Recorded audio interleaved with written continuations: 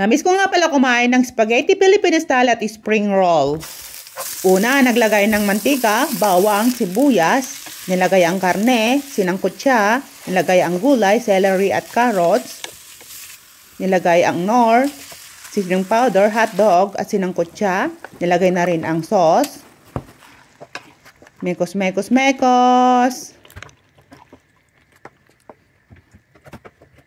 Pinakuluan ng mga 45 minutes. Naglagay ako ng cheese, pangpalapot. Naglagay ng paminta. Pinakuluan.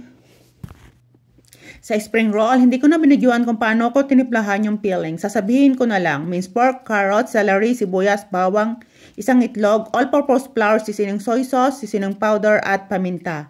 Sa wrapper naman, gumamit ako ng Vietnamese rice paper wrapper. Una, binabad ko muna sa tubig yung wrapper hanggang lumambot ng kaunti. Dahan-dahan lang kasi madali itong nabibitak. So, unang pagbabalot ko, diyan ako nahirapan dahil dumudulas yung gloves sa wrapper kaya inalis ko na lang yung gloves. FYI, naghugas naman po ako ng kamay bago ako magmisang magbalot. Pagkatapos, nagpakulo na ako ng tubig para sa pasta at sinalang ko na rin ang pagpipirituhan.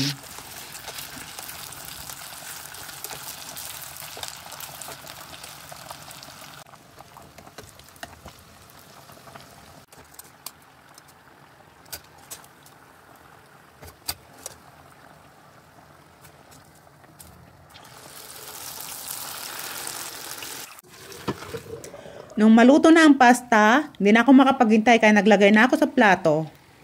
Ayan, luto na ang spaghetti. Sobrang crunchy po ng rice paper wrapper para sa spring roll. Kaya ako'y mapapaulit pa. Hanggang dito lang po. Maraming salamat po sa panunod.